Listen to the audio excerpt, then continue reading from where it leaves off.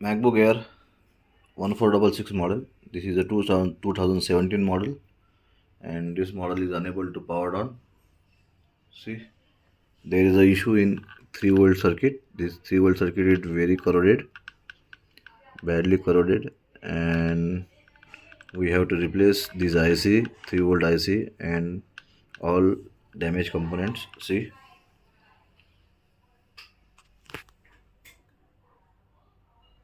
the resistor, two resistor, one capacitor, and RC LPDDR IC also damaged. This is the main LDO of this model 1466 3-volt PP3V3 underscore GT hot. Let's replace all faulty components and check what happened.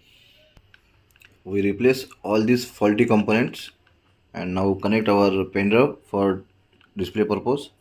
We connect DC power supply and we on DC power supply. After power on, it's taken 500, 600, approximately 600, 700 amp, and if blue light is there, display is okay. We have to check in our pen drive. Yes, display is coming.